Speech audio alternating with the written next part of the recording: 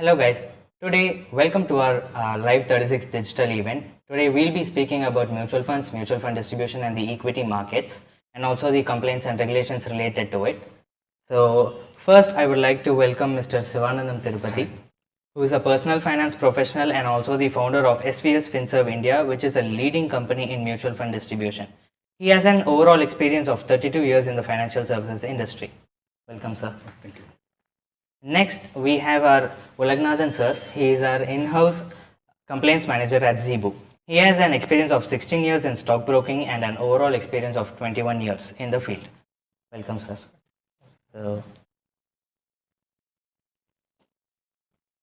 Thank you. Thank you.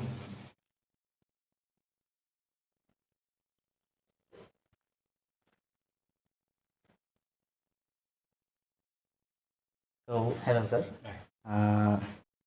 Since you run one of the leading mutual fund distributor in India, so could you talk about the role of mutual fund distribution? Okay. The mutual fund distribution, so there are two options. I'll have both English and Tamil. They'll talk in. Yeah, sure. There are two things actually. அதாவது ஒன்று mutual ஃபண்டில் invest பண்ணுறவங்க ஒரு distributor மூலம், அதாவது இப்போ நமக்கு உடம்பு சரியில்லை அப்படின்னா நம்ம போய் என்ன பண்ணுவோம், ஒன்று நம்ம போய் மெடிக்கல் ஷாப்பில் போயிட்டு கால்பாலோ இல்லை ஏதோ ஒரு மெடிசின் கொடுன்னு சொல்லி நம்மளா ப்ரிஸ்கிரைப் பண்ணி ஒரு டேப்லெட் வாங்கி சாப்பிட்டுட்டு அதை க்யூர் பண்ணுறது ஒன்று. அதுதான் டைரெக்டாக நம்ம மியூச்சுவல் ஃபண்டில் இன்வெஸ்ட் பண்ணுறது. தி அதர் ஆப்ஷன் நம்ம போயிட்டு will go and meet the doctor. Doctor நம்ம அது எல்லாத்தையும் செக் பண்ணிவிட்டு ப்ரிஸ்கிரைப் பண்ணுவார், இந்த டேப்லெட் இருங்க, இவ்வளோ நாள் நீங்கள் இந்த டயட்டில் இருங்கன்னு சொல்லுவாங்க. அதுதான் மியூச்சுவல் ஃபண்ட் டிஸ்ட்ரிபியூட்டர் ஆக்சுவலாக. So either way we can do that ஆக்சுவலாக. ரெண்டு பாசிபிலிட்டி. ஒன்று நம்ம டைரெக்டாக மியூச்சுவல் ஃபண்டில் இன்வெஸ்ட் பண்ணலாம், இல்லை த்ரூ த டிஸ்ட்ரிபியூட்டர் மூலம் இன்வெஸ்ட் பண்ணலாம். They always call it as AMFI registered டிஸ்ட்ரிபியூட்டர்னு சொல்லுவாங்க. அதுலேயும் ரெண்டு இருக்குது. ஒன்று ரிஜிஸ்டர்ட் இன்வெஸ்ட்மெண்ட் அட்வைசர் ஆக்சுவலாக. அவங்க தேல் அட்வைஸ் ஆக்சுவலாக உங்களோட இதெல்லாம் பார்த்துட்டு இந்த ஃபண்டை நீங்கள் இது பண்ணுங்கள், இந்த டயத்தில் அசெட் அலோகேஷன் பண்ணுங்கன்னு சொல்லிட்டு ரிஜிஸ்டர்ட் இன்வெஸ்ட்மெண்ட் அட்வைசர். அவங்க நீங்கள் என்ன அசெட் வச்சுருக்கீங்களோ அதுக்கு தகுந்த மாதிரி சார்ஜ் பண்ணுவாங்க. Mutual fund distributor they will know ஒரு அட்வைசர். அவங்க basically they're not an advisor, ஒரு டிஸ்ட்ரிபியூட்டர் ஆக்சுவலாக. They will directly type with asset management company. Asset management கம்பெனியோட டைப் பண்ணிடுவாங்க. அவங்களுக்கு வரக்கூடிய remuneration mutual fund asset management company டைரெக்டாக அவங்களுக்கு கொடுத்துருவாங்க ஆக்சுவலாக. ஸோ நம்ம ரெண்டுதே இருக்குது. பட் நம்ம டிசைட் பண்ணிக்கணும் ஆக்சுவலாக. இப்போ ஃபார் எக்ஸாம்பிள் ஒரு investor he knows everything, என்னால் எல்லாமே மேனேஜ் பண்ண முடியும்னா you can do it yourself. டிஐஓ நம்ம டைரெக்டாக பண்ணிக்கலாம் ஆக்சுவலாக. பட் அதில் லாட் ஆஃப் ப்ராப்ளம்ஸ் இருக்குது, அட்வான்டேஜ் இருக்குது. ஒன்று in terms of expense ratio இல்லை காஸ்ட்டை பொறுத்த வரைக்கும் டைரெக்ட் கொஞ்சம் கம்மியாக இருக்கும், ரெகுலரில் கொஞ்சம் ஜாஸ்தியாக இருக்கும். அது போக போக will have a discussion. But the option is ஒன்று நம்ம டைரெக்டாக இன்வெஸ்ட் பண்ணலாம், இல்லை த்ரூ மியூச்சுவல் ஃபண்ட் டிஸ்ட்ரிபியூட்டர் மூலம் இன்வெஸ்ட் பண்ணலாம். மியூச்சுவல் ஃபண்ட் டிஸ்ட்ரிபியூட்டர் மூலம் இன்வெஸ்ட் பண்ணுறது என்னால் என்ன அட்வான்டேஜ்னா, அவங்க தேவோட சீன் மல்டிபிள் மார்க்கெட் கண்டிஷன் ஆக்சுவலாக. ஸோ ஒரு மார்க்கெட் கண்டிஷனில் ஏறி இருக்கும், இறங்கி இருக்கும், அது எப்படி திருப்பி ரெக்கவர் ஆகுறது எல்லாமே தேவோட மேனேஜ் ரேட் ஆக்சுவலாக. அதனால நீங்கள் உங்கள் பணத்தை லூஸ் பண்ணிட்டு அதுலேருந்து கற்றுக்கிறதோட அவங்களோட எக்ஸ்பீரியன்ஸை நீங்கள் யூஸ் பண்ணீங்கன்னா தென் நீங்கள் எந்த ப்ராப்ளம் இல்லாமல் you'll be able to sail through. ஒன்று. அடுத்து ஒரு நமக்கு ஒரு மேனேஜ் நீங்கள் டைரெக்டாக இன்வெஸ்ட் பண்ணுறப்போ உங்களோட இமோஷன்ஸை நீங்கள் மேனேஜ் பண்ண முடியாது ஆக்சுவலாக. If it is an external person, ஒரு மியூச்சுவல் ஃபண்ட் டிஸ்ட்ரிபியூட்டரோ இல்லை ஒரு அட்வைசரோ இருந்தாங்கன்னா அவங்க உங்களோட எமோஷன்ஸை மேனேஜ் பண்ணிட்டு, இல்லை சார் நீங்கள் இப்போ ரெடிங் பண்ணாதீங்க, திருப்பி மார்க்கெட் ஏறும், இல்லை நீங்கள் இப்போ கொடுத்துருக்க சார் திருப்பி இறங்குறப்ப எடுத்துக்கலாம் அப்படிங்கிற ஒரு எமோஷனை மேனேஜ் பண்ணுறாங்க. அதனால it is always to go through the ஒரு ப்ரொஃபஷனல் அப்ரோச் பண்ணுறது இட் இஸ் ஆல்வேஸ் பெட்டர். அதனால மியூச்சுவல் ஃபண்ட் டிஸ்ட்ரிபியூட்டர் ஒன்று. அடுத்து நீங்கள் you need to spend your own time. Investment it is not a rocket science. யார் வேணாலும் என்ன வேணாலும் பண்ணலாம். இப்போ லாட் ஆஃப் மீடியா, இன்டர்நெட்ல lot of contents are available ஆக்சுவலாக. But sometime it might mislead also. அது நம்ம கொடுக்கக்கூடிய இன்ஃபர்மேஷன் கரெக்டாக தப்பாங்கிறதுக்கு we need to have some reliable persons or the mutual fund distributor or a registered investment advisor. Okay sir. So இப்போது இந்த mutual fund, அதாவது mutual fund டிஸ்ட்ரிபியூட்டருக்கு வர வேண்டிய காம்பன்சேஷன் மியூச்சுவல் ஃபண்டே காம்பன்சேட் பண்ணிடுவாங்க. கரெக்ட். ஸோ அது பேர் அந்த எக்ஸ்பென்ஸ், அந்த காம்பன்சேஷனுக்கு ஏதாச்சும் கமிஷன் சொல்லுவாங்க. ஸோ நார்மலாக எக்ஸ்பென்ஸ் ரேஷியோ ஆக்சுவலாக. ஏதாவது இப்போ நம்ம இப்போ ஒரு டைரெக்டாக ஒரு ஸ்டாக் வாங்கினோம்னா அந்த புரோக்கர் பை பண்ணாலும் செல் பண்ணாலும் ஒரு புரோக்கரேஜ் சார்ஜஸை இப்போ நீங்கள் பை பண்ணீங்கன்னா புரோக்கரேஜ் சார்ஜ் பண்ணிவிட்டு உங்கள் காஸ்ட்லேருந்து சேர்த்து வாங்கிக்குவாங்க. விற்கிறப்ப உங்களோட கமிஷனை வந்து குறைச்சிட்டு கமிஷனை கழிச்சிட்டு பேலன்ஸ் உள்ளது உங்களோட லெஜர் அக்கௌண்ட்ல கிரெடிட் கொடுப்பாங்க. அதே மாதிரி தான் மியூச்சுவல் ஃபண்டையும். மியூச்சுவல் ஃபண்டுக்கு வந்து அவங்க வந்து அந்த அசெட்டை மேனேஜ் பண்ணுறது, மியூச்சுவல் ஃபண்டு வந்து அசெட் மேனேஜ்மெண்ட் கம்பெனி உங்களோட ஃபண்டை மேனேஜ் பண்ணுறாங்க. அந்த ஃபண்டை மேனேஜ் பண்ணுறதுக்கு வந்து ஒரு எக்ஸ்பென்ஸ் ரேஷியோன்னு போடுவாங்க. ஆக்சுவலாக அந்த எக்ஸ்பென்ஸ் ரேஷியோ வந்து அது வந்து ஒரு மியூச்சுவல் ஃபண்ட்ல இருந்து இன்னொரு மியூச்சுவல் ஃபண்டுக்கு வேரி ஆகும். ஒன்று. அடுத்து வந்து அவங்க என்ன அசெட் வச்சிருக்காங்க, ஒரு சில ஃபண்ட் வந்து 500 கோடி வச்சிருப்பாங்க, சில ஃபண்ட் வந்து 10,000 கோடி வச்சிருப்பாங்க. ஸோ ஹையர் த ஏஎம் வந்து லோவர் த எக்ஸ்பென்ஸ் ரேஷியோ. சரிங்களா? ஸோ அது வந்து செபி வந்து கிளீனாக கொடுத்துருக்காங்க. ஒரு 2.5லேருந்து 1.25%, 1% வரைக்கும் இருக்கும். அது ரெண்டு ஃபண்டுக்கு, அதாவது ஆக்டிவ் ஃபண்டுன்னு ஒன்று, பாசிவ் ஃபண்டுன்னு ஒன்று, ரெண்டுக்குமே டிஃப்ரெண்ட் கிளாசிஃபிகேஷன் கொடுத்துருக்காங்க. நம்ம let us not get into detail. But ஒன்னே ஒன்று வந்து என்ன சொல்ல விரும்புகிறேன்னா, இது வந்து it is a transparent system. So உங்களை பொறுத்த வரைக்கும் இது வந்து நீங்கள் வந்து அசெட் மேனேஜ்மெண்ட் கம்பெனிக்கு கொடுக்க தேவையில்லை. அவங்க வந்து உங்களோட அசெட்லேருந்தே அதை ஆட்டோமேட்டிக்காக கொடுத்துருவாங்க. இப்போ நீங்கள் ஒரு மியூச்சுவல் ஃபண்டில் வந்து 100 ரூபாய் இன்வெஸ்ட் பண்ணுறீங்க. ஒரு 3 வருஷம் கழிச்ச பின்னாடி அந்த ஃபண்ட் வந்து விலை வந்து 130 ரூபாய் இருந்துச்சுன்னா அந்த 30 rupees உங்களோட கெயின். அது வந்து நெட் ஆஃப் எக்ஸ்பென்ஸ். நீங்கள் அதில் வந்து கமிஷனோ எதுவுமே கொடுக்க தேவையில்லை. ஸோ அதில் வந்து அவங்க வந்து ரிசர்ச்சுக்கு மேனேஜ் பண்ணணும், ஃபண்ட் மேனேஜர் ஃபீஸ் கொடுக்கணும், டிஸ்ட்ரிபியூட்டர் கமிஷன் கொடுக்கணும், ஸ்டாக் மார்க்கெட்டில் பையிங் செல்லிங் அதில் வரும். அடுத்து வந்து regulatory charges. It's all been combined ஆக்சுவலாக. ஸோ இந்த டைரக்ட் மியூச்சுவல் ஃபண்டில் வந்து இந்த டிஸ்ட்ரிபியூட்டருக்கு கொடுக்கக்கூடிய கமிஷனை தவிர்த்து பேலன்ஸ் உள்ளது எல்லாமே சார்ஜஸ் இருக்கும். பட் கோயிங் ஃபார்வர்ட் வந்து அந்த ரெகுலர் அண்ட் டைரக்டோட கமிஷன் ஸ்ட்ரக்சர் வந்து இட் இஸ் கெட்டிங் அலைன்ட் ஆக்சுவலாக. ஸோ ஒரு 0.5%, ஒரு 35-40 பிப்ஸ் தான் டோட்டல் டிஃப்ரென்ஸ் இருக்குது. But it up to the investor to decide நம்ம டைரெக்டாக பண்ணலாமா இல்லை ரெகுலராக பண்ணலாமா. ரெகுலரில் பண்ணுறது டிஸ்ட்ரிபியூட்டர் மூலம் பண்ணுறது. அது மாதிரி பண்ணுறதுனால there are lot of advantage also there. But நீங்களா பண்ணீங்கன்னா இப்போ வந்து நிறைய ஆப்ரேஷனல் இஷ்யூ. ஸோ இப்போ நீங்கள் மியூச்சுவல் ஃபண்ட் டிஸ்ட்ரிபியூட்டர் மூலம் பண்ணீங்கன்னா ஒரு மல்டிபிள் ஏஎம்சியில் வந்து நீங்கள் இன்வெஸ்ட் பண்ணீங்கன்னா ஒரு கன்சாலிடேட்டடாக உங்களோட ப்ராஃபிட் என்ன, லாஸ் என்ன, எல்லா பேக் ஆஃபீஸ் சப்போர்ட்டும் உங்களுக்கு அவங்க சப்போர்ட் பண்ணுவாங்க. நீங்கள் வந்து தனித்தனியாக ஏஎம்சியில் இருந்தீங்கன்னா அவங்க உங்களுக்கு அதை நீங்கள் எடுத்துட்டு then you need have your own account, you need to spend your own time and energy. அதுக்கு நீங்கள் ஒர்த்தாங்கிறது the investor can decide and take a call. ஆக்சுவலாக ஒரே விஷயம் தான் சார் சொன்ன மாதிரி சேம் அதே ஜஸ்ட் ஆடிங் இப்போ எனக்கு அதுக்கான நேரம், அதுக்கான நாலேஜ் இருக்குது அப்படின்னா நீங்கள் you can go for a direct. Otherwise it's better to go for the mutual fund distributor or financial advisor வழியாக போகிறது தான் அட்வைஸ் தான். ரெண்டே விஷயம் தான். ஒன்று, உங்களுக்கு அந்த இன்வெஸ்ட்மெண்ட்டை பொறுத்த வரைக்கும் உங்களுக்கு என்ன நாலேஜ் இருக்குது அப்படின்றது. ரெண்டாவது, அதுக்கான டைம் உங்களுக்கு இருக்கா அப்படின்றது. ரெண்டு விஷயம் தான் இருக்குது. அதர்வைஸ் நிறைய பேர் கேட்பாங்க, நான் வந்து டைரக்ட் போகிறது பெஸ்ட்டாக, ரெகுலர் போகிறது பெஸ்ட்டாக. இங்கே இதில் வந்து டைரக்ட்டுக்கும் ரெகுலருக்கும் வந்து பெஸ்ட் அப்படின்றது இல்லை. இங்கே காஸ்ட் மட்டும்தான். இந்த கமிஷன் டு த டிஸ்ட்ரிபியூட்டர் இருக்கு இல்லையா, அது மட்டும் தான் இங்கே டிஃப்ரென்ஸை தவிர்த்து மற்றபடி டைரக்ட்டுக்கும் ரெகுலருக்கும் வந்து அதர்வைஸ் இது ஒரு காமன் தவிர்த்து மிச்சம் எல்லாமே காமன் தான். இந்த ரெண்டு விஷயம் உங்களால் அஃபோர்ட் பண்ண முடியும் அப்படின்னா தாராளமாக நீங்கள் வந்து டைரக்ட் போகலாம். அது அவங்க கால்குலேட் பண்ண வேண்டியது நம்ம இவ்வளோ டைம் அண்ட் எனர்ஜி ஸ்பெண்ட் பண்ணி அதனால வரக்கூடிய பெனிஃபிட் இது காஸ்ட் பெனிஃபிட் அனாலிசிஸ் பண்ணிட்டு you decide whether to opt for direct or ரெகுலர்ங்கிறது நம்ம டிசைட். ஓகே. ஸோ உலக் சார், இப்போது நிறைய பேர் ட்ரேட் பண்ணுறாங்க, இன்வெஸ்ட் பண்ணுறாங்க, எல்லாம் வந்திருக்கு. அண்ட் யார் வேணாலும் இன்வெஸ்ட் பண்ணலாம் மார்க்கெட்ஸில். பட் இருந்தாலும் இதுக்கெல்லாம் ரெகுலேஷன்ஸ் எல்லாம் இருக்குது. இப்போ ரீசெண்டாக அமெண்ட்மெண்ட்ஸ்லாம் வந்திருக்கு, அதை பற்றி பேச முடியும்? கண்டிப்பாக. இப்போ செக்யூரிட்டிஸ் மார்க்கெட் வந்து பார்த்தீங்கன்னா உங்களுக்கு ரெகுலேட்டர் வந்து செபி செக்யூரிட்டிஸ் எக்ஸ்சேஞ்ச் போகிறாங்க. ஸோ இங்கே வந்து அக்கௌண்ட் ஓப்பனிங்லேருந்து அந்த கம்ப்ளீட்டாக த்ரூ அவுட் என்னென்ன ஒவ்வொரு ஸ்டேஜ்லையும் என்னென்ன பண்ணணும், கிளைண்ட் ஆன்போர்டிங்லேருந்து எக்ஸிட் வரைக்கும் என்னென்ன பண்ணணுன்றது ரெகுலேஷனில் ரொம்ப க்ளீனாக டிஃபைன் பண்ணியிருக்கக்கூடிய விஷயங்கள் ஃப்ரம் த வெரி பிகினிங்லேருந்து.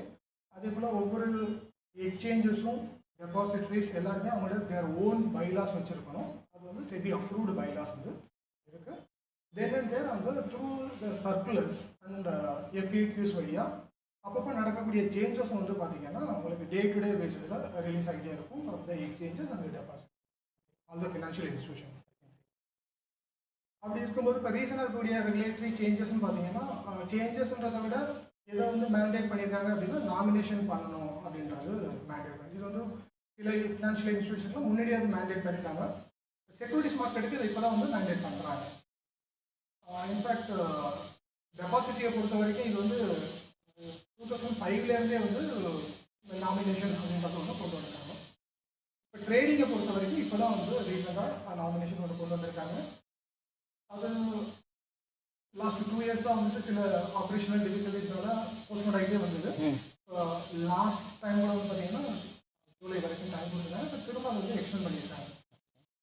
ஸோ தோ எக்ஸ்டெண்டட் டில் டிசம்பர் வரைக்கும் பண்ணியிருந்தாங்க கூட நான் என்ன அட்வைஸ் பண்ணுறேன் அப்படின்னா, அந்த ஏர்லியஸ்ட் நீங்கள் வந்து உங்களுடைய ட்ரேடிங் அக்கௌண்ட்டுக்கு உங்களுடைய நாமினேஷன் நீங்கள் யாராவது நாமினேட் பண்ண விரும்புறீங்களா இல்லை நாமினேட் பண்ண விரும்பலையா அப்படின்றத நீங்கள் டிக்ளேர் பண்ணிடுங்க. நாட் ஒன்லி செக்யூரிட்டிஸ் மார்க்கெட், உங்களுடைய ஃபினான்ஷியல் இன்ஸ்டியூஷன் வாட் என்னென்ன ஃபினான்ஷியல் அசெட்ஸ் உங்களுக்கு இருக்கோ நீங்கள் எப்படி வச்சுருந்துருக்கலாம், ஆர்டி வைக்கலாம், உங்களோட நார்மல் சேவிங்ஸ் பேங்க் அக்கௌண்ட் கூட இருக்கட்டும், எல்லாத்துக்கும் வந்து நாமினேஷன் ரிஜிஸ்டர் பண்ணுறதுக்கு ட்ரை பண்ணுங்கள். ட்ரை பண்ண நீங்கள் நான் வந்து ரொம்ப நிறைய சொல்கிறது என்னன்னா, ஸ்ட்ரிக்டாகவே சொல்கிறேன்னா தயவுசெய்து பண்ணிடுங்க. ஈவன் இப்போ வந்து பிஎஃப் அக்கௌண்ட்லாம் பார்த்தீங்கன்னா கூட இப்போ நாமினேஷன் வந்து மேண்டேட்டரியாக கொண்டு வந்துருக்காங்க. இப்போ பரவாயில்ல வந்து நீங்கள் நாளைக்கு பிஎஃப் வந்து நீங்கள் ஒரு விட்ராயல் பண்ணுறீங்க, பார்ஷியல் விட்ராயல் பண்ணுறீங்க, இல்லை நீங்கள் பணம் க்ளோஸ் பண்ணி நீங்கள் ஃபுல் அமௌண்ட்டை எடுக்கிறீங்க அப்படின்னா நாளைக்கு அதெல்லாமே வந்து நீங்கள் நாமினேஷன் பண்ணாதான் அப்படின்ற மாதிரிலாம் கூட கொண்டு வரதுக்கான வாய்ப்புகள் நிறையா இருக்குது. இன்கேஸ் ஆஃப் க்ளோஸ் பண்ணிட்டு ஃபுல்லாக எடுக்கிறீங்கன்னா தெரியல, பட் பார்ஷியல் விட்ராயல் நீங்கள் பண்ணும்போது உங்களுக்கு கண்டிப்பாக வந்து அதை மேண்டேட்டரியாக கொண்டு வரதுக்கான வாய்ப்புகள் இருக்குது. ஓகே, அதனால் நாமினேஷன் அந்த ஏர்லியஸ்ட் நீங்கள் வந்து ரிஜிஸ்டர் பண்ணுறதுக்கு ட்ரை பண்ணுங்கள். In addition to this, actually, see, இன்னொரு recent amendment has also come actually. இந்த டிரான்ஸ்மிஷன் கேஸ் வந்து முன்னாடி யாராவது டிரான்ஸ்மிஷன் இருந்ததுன்னா ஒவ்வொரு இன்டர்மீடியட்டையும் போய் அவங்களோட லீகல் சர்டிஃபிகேட்டு, டெத் சர்டிஃபிகேட்டை கொடுத்து அவங்கள்ட்ட அந்த நாமினிக்கு வந்து அதை ட்ரான்ஸ்ஃபர் பண்ணுறதுக்கு வந்து இட் இஸ் கம்பல்சம் ஆக்சுவலாக, இட் இஸ் மோர் டிஃபிகல்ட் ஆக்சுவலாக. இப்போ ரீசெண்டாக வந்து ஒரு செபி ஒரு அமெண்ட்மெண்ட் கொண்டு வந்திருக்காங்க. ஐ திங்க் வந்து it is going to be applicable from ஜனவரியிலேருந்து வரப்போகிறது. அது வந்து ஒரு இப்போ கேஆர்ஏ அந்த கேஒய்சி அந்த ரிஜிஸ்ட்ரேஷன் அத்தாரிட்டிகிட்ட போயிட்டு அவங்க டெத் சர்டிஃபிகேட் அந்த லீகல் ஹேர் இதை பண்ணாங்கன்னா that will be applicable for all financial institutions ஆக்சுவலாக. அது ஸ்டாக் புரோக்கராக இருந்தாலும் சரி, டெபாசிட்டரி பார்ட்டிசிபெண்ட்டாக இருந்தாலும் சரி, அசெட் மேனேஜ்மெண்ட் கம்பெனியாக இருந்தாலும் சரி, ஒரு இடத்துல ரெஜிஸ்டர் பண்ணது ஒரு கெட் இம்ப்ளிமெண்டட் ஆக்சுவலாக. அதனால் வந்து இந்த nomination is compulsory. Okay, so in fact mutual ஃபண்டுக்கும் அதே தான் நாமினேஷன் வந்து கம்பல்சரி கொடுத்துருந்தாங்க. நவ் தேவ் எக்ஸ்டெண்டட் ஆக்சுவலாக, இன்னும் அனதர் ஒரு 2-3 months எக்ஸ்டெண்ட் பண்ணியிருக்காங்க. But let us get it done ஆக்சுவலாக. ஸோ தட் இல்லைன்னா என்ன ஆகுதுன்னா, இந்த நாமினேஷன் இல்லையோ இல்லை இமெயில் அப்டேஷன் இல்லைன்னா என்ன ஆகுதுன்னா ஃபியூச்சர் பர்ச்சேஸையோ ஃபியூச்சர் ரிடம்ஷனையோ அது பிளாக் பண்ணுறாங்க. அதனால நமக்கு என்னைக்கு பணம் தேவையோ நம்ம அதை வந்து ரிடீம் பண்ண முடியாத அளவுக்கு ஒரு தேவையில்லாத ஒரு ஹிக்கப்ஸ் வரும். அதை let us try to avoid ஆக்சுவலாக. And in addition to that, one வந்து regulatory point of view, the other thing வந்து regulators வந்து they have the inspection team actually. So the inspection team will go to the respective the stockbroker or the depository participant or the mutual fund distributor also, or a certain category வந்து they will do the the inspection, and wherever the problems or என்னென்ன suggestions இருக்கோ that they will be updating it actually. So in fact when compared to all other the market, even the developed market oda நம்ம countryல உள்ள regulators norms எல்லாமே it is better. And in fact we moved from T+7 days cycle and T+5 days cycle and T+2 and T+1 and now guys are talking about hardly settlement and நம்ம பத்தி we are talking actually. Okay, our stock market or the financial market is robust actually, and a lot of changes has also happened actually. Thank you sir. So இப்போ இந்த ரெகுலேஷன்ஸ்லேயே KRA அப்படின்னு ஒன்று வந்தது, நிறைய investors சேலஞ்சஸ்லாம் face பண்ணாங்க. So எப்படி அந்த சேலஞ்சிலேருந்து investors வந்து வெளியே வந்தாங்க சார்? ஸோ இந்த கேஆர்ஏன்றது வந்து பார்த்திங்கன்னா புரோக்கருக்கும் ஒரு எக்ஸ்சேஞ்ச் ப்ளஸ் டெபாசிட்ரி அதர் புரோக்கர்ஸ்க்கு உண்டான இடையில இருக்கக்கூடிய ஒரு ஏஜென்சி தான் வந்துட்டு கேஆர்ஏ. இதில் கிளைண்ட்டு டைரெக்டாக ரிஜிஸ்டர் பண்ணணுமா அப்படின்னா அது தேவையில்லை. இதோட ரோல் எங்கே ப்ளே ஆகுது அப்படின்னு பார்த்தீங்கன்னா அதர் புரோக்கர்ஸ் இவங்க என்ன பண்ணுவாங்க அப்படின்னா, இந்த moment they register as a client, ஒரு கிளைண்ட் ரிஜிஸ்டர் ஆகிறாங்க அப்படின்னா இதை கேஆர்ஏ ஏஜென்சிக்கு அவங்க அப்லோட் பண்ணுவாங்க. அந்த கிளைண்ட்டோட இன்ஃபர்மேஷன்ஸை அப்லோட் பண்ணி அவங்க கிளைண்ட்டோட இன்ஃபர்மேஷன்ஸை ரெஜிஸ்டர் பண்ணுவாங்க.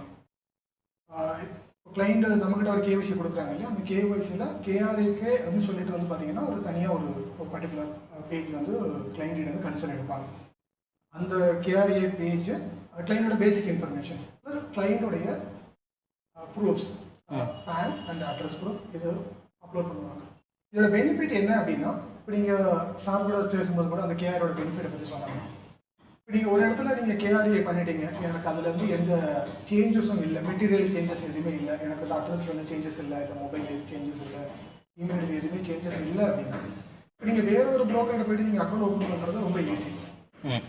நீங்கள் ஜஸ்ட் அவங்கள்ட்ட அந்த கேவிசி ஃபார்ம் மட்டும் நீங்கள் சைன் பண்ணிட்டு இந்த மாதிரி எனக்கு நீங்கள் கேஆர்ஏவில் மட்டும் நீங்கள் கேஆர்ஏல ஆல்ரெடி நான் கேஆர்ஏ கம்ப்ளைண்ட் நீங்கள் வந்து என்னோட இன்ஃபர்மேஷன்ஸ் எல்லாமே நீங்கள் கேஆர்ஏலேருந்து எடுத்துக்கலாம்னு சொல்லிட்டு மட்டுமே நீங்கள் ஜஸ்ட் லைக் நீங்கள் வந்து உங்களுடைய ட்ரேடிங் அக்கௌண்ட்டை நீங்கள் இமீடியட்டாக ஓப்பன் பண்ணுறதுக்கான பர்மிஷன்ஸ் நீங்கள் பண்ண முடியும்.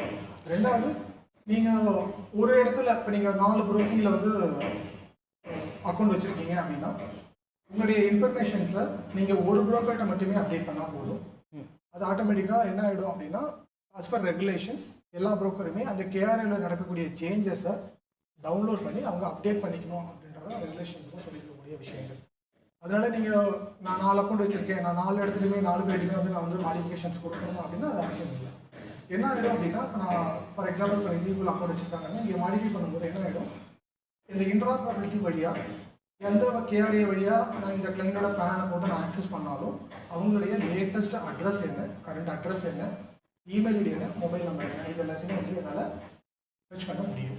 இதை அதர் இன்டர்மீடியேட்டரி அதை டவுன்லோட் பண்ணிவிட்டு அதை பேஸ் பண்ணி அவங்களால அந்த கிளைண்டோட இன்ஃபர்மேஷன்ஸை அவங்களால மாடிஃபை பண்ணிக்க முடியும்.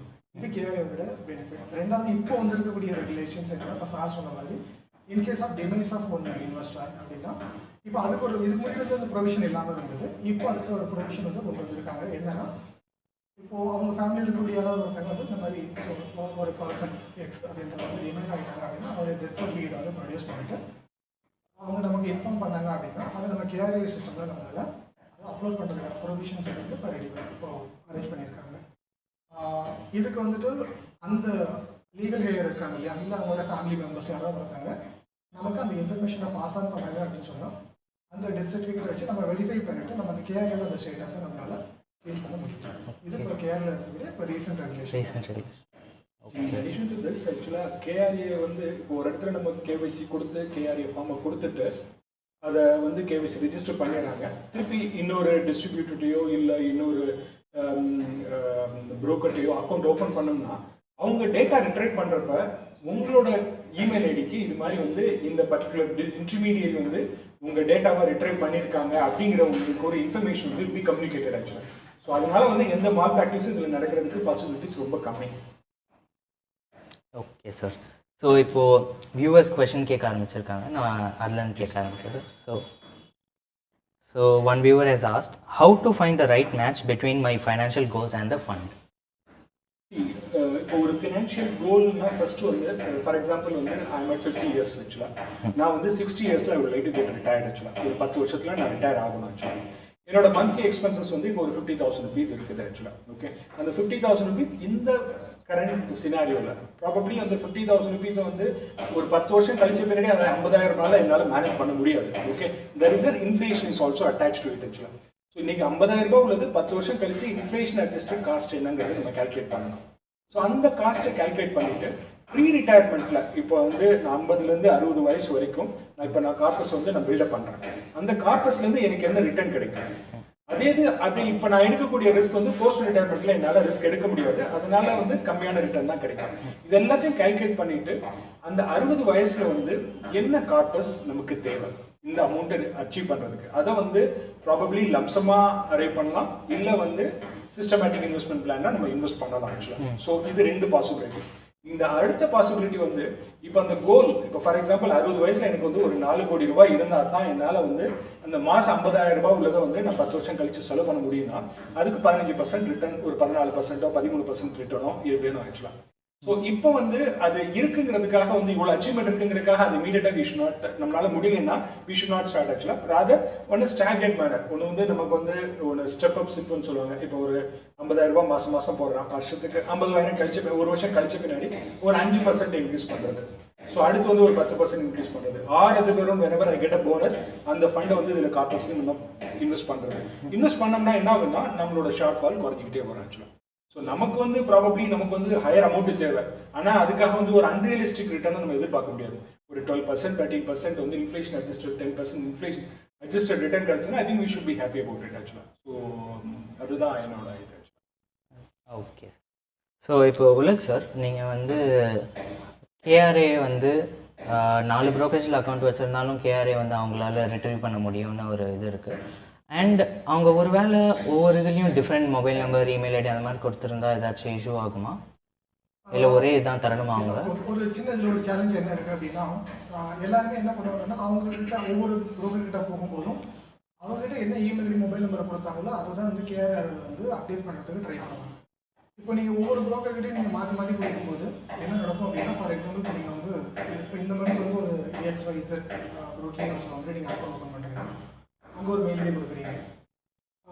1 month later or 2 months later நீங்கள் போய்ட்டு இன்னொரு ப்ரோக்கிங்கில் வந்துட்டு ஒரு அக்கௌண்ட் ஓப்பன் பண்ணும்போது அங்கே ஒரு இமெயில் ஐடி கொடுக்குறீங்க அப்படின்னா ஆட்டோமேட்டிக்காக என்ன ஆகும், எல்லா ப்ரோக்கருமே நான் ஃபஸ்ட்டு சொன்ன மாதிரி அவங்க கிளைண்ட் வந்துட்டு கேஆர்ஏவில் ரெஜிஸ்டர் பண்ணணும். ஃபஸ்ட்டு என்ன பண்ணுவாங்க அப்படின்னா, அவங்க அந்த கிளைண்ட் ஏற்கனவே கேஆர்ஏவில் ரெஜிஸ்டர் ஆகிருக்காங்களா கூட தான் பார்ப்பாங்க. அதில் மெட்டீரியல் சேஞ்சஸ் எதுவுமே இல்லை அப்படின்னா அவங்க என்ன பண்ணுவாங்க, ஜஸ்ட் சிம்பிளாக அவங்க ஏற்கனவே அப்லோட் பண்ண அந்த டாக்குமெண்ட்டை மட்டும் செக் பண்ணி வெரிஃபை பண்ணிவிட்டு டவுன்லோட் பண்ணி வச்சுட்டு உங்கள் அக்கௌண்ட்டை வந்துட்டு ஆக்டிவேட் பண்ணிடுவாங்க. நீங்கள் உங்களுடைய ட்ரேடிங் டிஸ்டர்பன்ஸ் எதுவுமே இல்லாமல் நீங்கள் இமீடியட்டாக உங்களுக்கு ட்ரேடிங் நீங்கள் ஸ்டார்ட் பண்ண முடியும். அந்த பர்டிகுலர் நீங்கள் ரெண்டாவது ரிஜிஸ்டர் பண்ணும்போது அந்த ப்ரோக்கர் போய்டும். ஒருவேளை இதில் ஏதாவது மெட்டீரியல் சேஞ்சஸ் இருக்குன்னு வச்சுக்கோங்க, ஒரு மெயில் ஐடி சேஞ்சஸ் இருக்குது, இல்லை மொபைல் நம்பர் வந்து வேறு ஒரு மொபைல் நம்பர் நீங்கள் கொடுக்குறீங்க அப்படின்னா அந்த ப்ரோக்கர் அந்த மெயில் ஐடியை வந்து அங்கே அப்டேட் பண்ண ட்ரை பண்ணுவார். ஏன் அப்படின்னா கேரியோட பர்பஸே என்ன அப்படின்னா, எந்த இன்வெஸ்டரோட லேட்டஸ்ட் இன்ஃபர்மேஷன்ஸ் வந்து அப்டேட்டில் இருக்கணும் அப்படின்றது தான் அதோட பர்பஸ். அதை கலெக்ட் பண்ணக்கூடிய ஒரு மெக்கானிசம் அப்படின்னா கேஆர்ஏ அப்படின்றது. எனி பாயிண்ட் இன் டைம் அந்த இன்வெஸ்டருடைய லேட்டஸ்ட் இன்ஃபர்மேஷன்ஸ் எல்லாருக்கும் கிடைக்கணும் அப்படின்றது. அதனால தான் இந்த இன்ட்ராப் அப்படின்ற ஒரு ஆப்ஷனை கொண்டு வந்தாங்க. இது என்ன அப்படின்னா, இப்போது இந்தியா வந்து பார்த்தீங்கன்னா 5 கேஆர்ஏ இருக்காங்க, இப்போ ரீசெண்டாக கேஆர்ஏ கூட வந்திருக்காங்க. இப்போ நீங்கள் எந்த கேஆர்ஏல வேணாலும் நீங்கள் போய்ட்டு அப்டேட் பண்ணலாம் அஸ் அ ப்ரோக்கர். அது என்ன ஆகும் அப்படின்னா, ஆட்டோமேட்டிக்காக அடுத்த கேஆர்ஏவுக்கு ரிமைனிங் கேஆர்ஏலாம் இருக்காங்க இல்லையா, அவங்களுக்கு வந்து அந்த இன்ஃபர்மேஷன்ஸ் அப்டேட் ஆகிடும். ஸோ இப்போ இந்த ரெண்டாவது ப்ரோக்கர் அதை இன்ஃபர்மேஷன் ஃபெச் பண்ணும்போது அங்கே பார்த்தீங்கன்னா அந்த சேஞ்சஸ் இருக்கும், மொபைல் நம்பரோ இல்லை இமெயில் ஐடியோ சேஞ்சஸ் இருக்கும், அவர் அதை அப்டேட் பண்ண ட்ரை பண்ணுவார். இதை பண்ணும்போது என்ன ஆகும் அப்படின்னா, உங்களுடைய கேஆர்ஏ வெரிஃபிகேஷன் ஸ்டேட்டஸ் திரும்ப அண்டர் ப்ராசஸ் போயிடும். ஓகே, ஸோ இந்த டைமில் ஒருவேளை அவங்களுக்கு ட்ரேடிங் டிஸ்டர்பன்ஸ் ஆகிறதுக்கான வாய்ப்புகள் இருக்குது, இதுக்கு முன்னாடி அக்கௌண்ட் வச்சுருந்த அந்த ப்ரோக்கர்கிட்ட கூட. அதனால் என்னோட சஜஷன் என்ன அப்படின்னா, ட்ரை டு மெயின்டைனாக ஒரு பர்டிகுலர் மெயில் ஐடியோ ஒரு மொபைல் நம்பரோ அக்ராஸ் ஆல் த ப்ரோக்கர்ஸ் நீங்கள் கொடுத்தீங்க அப்படின்னா உங்கள் கேஆர்ஏவில் அவங்க பண்ண வேண்டிய அந்த மாடிஃபிகேஷன்ஸ் வந்து தேவையில்லாமல் அந்த மாடிஃபிகேஷன்ஸ் வந்து நீங்கள் அவாய்ட் பண்ணலாம். அதனால உங்களுக்கு ஒரு ட்ரேடிங் டிஸ்டர்பன்ஸ் ஆகிறது அவாய்ட் பண்ண முடியும். ஸோ அக்ராஸ் ப்ரோக்கர் சில பேர் என்ன கன்வீனியன்ட் அப்படின்னா, நான் வந்து இந்த ப்ரோக்கர்கிட்ட நான் கொடுக்கும்போது நான் இந்த மெயில் ஐடி, அந்த ப்ரோக்கருக்காக நான் இந்த மெயில் ஐடி, எனக்கு வந்து நான் அதை செக்ரிகேட் பண்ணணும், அதுக்காக நான் வந்து டிஃப்ரெண்ட் மெயில் ஐடி கொடுக்குறேன் அப்படின்னு சொல்லுவாங்க. பட் இங்கே கேஆர்ஏ சிஸ்டமில் என்ன நடக்கும் அப்படின்னா, எல்லாருமே கடைசியாக அந்த கிளைண்ட் கொடுத்த மெயில் ஐடியை தான் கொடுக்க அங்கே அப்டேட் பண்ண ட்ரை பண்ணுவாங்க. அதனால இந்த சேஞ்சஸ் அது ஃப்ரீக்வெண்ட்டாக நடந்துகிட்டே இருக்கும். அதனால உங்களுடைய KRA verification status under process போகும். என்ன ஆகும் அப்படின்னா, நம்ம மாடிஃபிகேஷன் பண்ணோன்னா ஆட்டோமேட்டிக்காக அது அண்டர் ப்ராசஸ் போகும். கேஆர்ஏ வந்து கிளைண்ட்டுக்கு வந்துட்டு ஒரு இமெயில் அண்ட் எஸ்எம்எஸ் வந்து வெரிஃபிகேஷனுக்காக போகும். அது எய்தர் கிளைண்ட் வந்து வெரிஃபிகேஷன் பண்ணலாம், அப்படி இல்லை அந்த அனுப்பக்கூடிய அந்த இமெயில் எஸ்எம்எஸ் சக்ஸஸ்ஃபுல்லாக டெலிவர் ஆயிடுச்சு அப்படின்னாலே கேஆர்ஏல என்ன பண்ணுவாங்க, அவங்க வெரிஃபைட் ஸ்டேட்டஸ்க்கு அந்த கேஆர்ஏ ரிஜிஸ்ட்ரேஷன் ஸ்டேட்டஸாக கொண்டு போயிடுவாங்க. இதுக்குமே அந்த 1 or 2 days அந்த சைக்கிள் அந்த இருக்கு இல்லையா, அது நடக்கும்.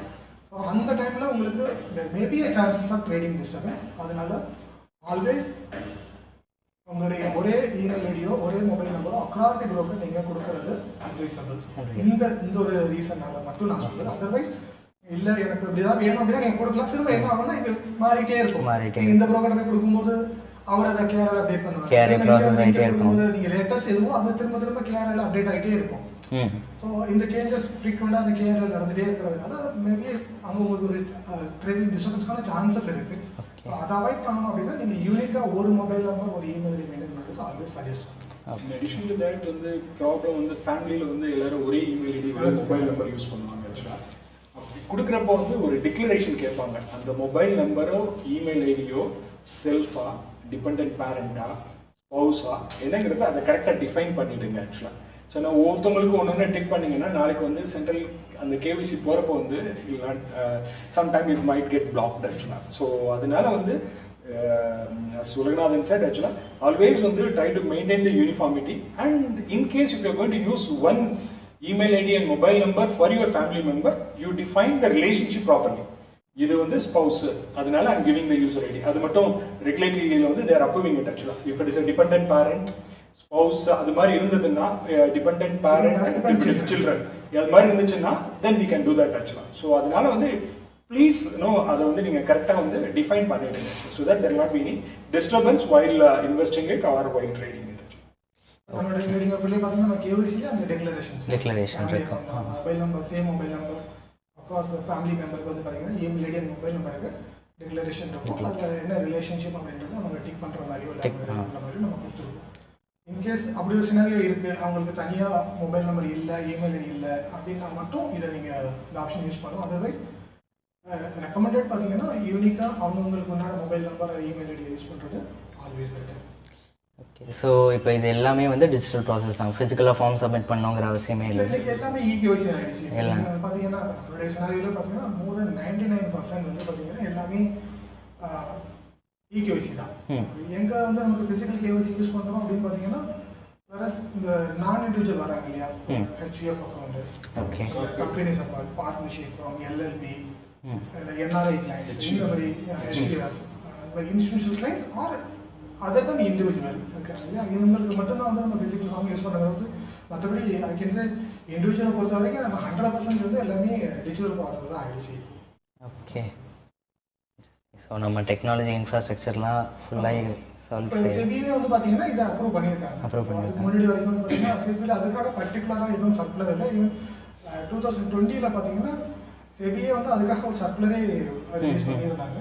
நீங்கள் வந்து simplification of KYC using digital platform அப்படின்னு சொல்லிட்டு ஒரு சர்க்குலரே இருக்குது. 2020 சர்க்குலர் கொடுத்துருந்தாங்க. அதில் வந்து ரொம்ப கிளியராக டிஃபைன் பண்ணியிருந்தாங்க என்னன்னா நீங்கள் வந்து டிஜிட்டல் பிளாட்ஃபார்மை யூஸ் பண்ணி கிளைண்ட் ஆன்போர்டிங் பண்ணலாம், பண்ணக்கூடாது அப்படின்ட்டு ரொம்ப கிளியரான ஒரு சர்க்குலரே இருக்குது இசைடியில் இருந்து. Okay, thank you sir. ஸோ இன்னொரு வியூவர் கேட்டிருக்காங்க, என்னென்னா what is the difference between actively managed and passively managed funds? அதாவது ஆக்டிவ் பாசிவ்னு 2 ஃபண்ட் இருக்குது.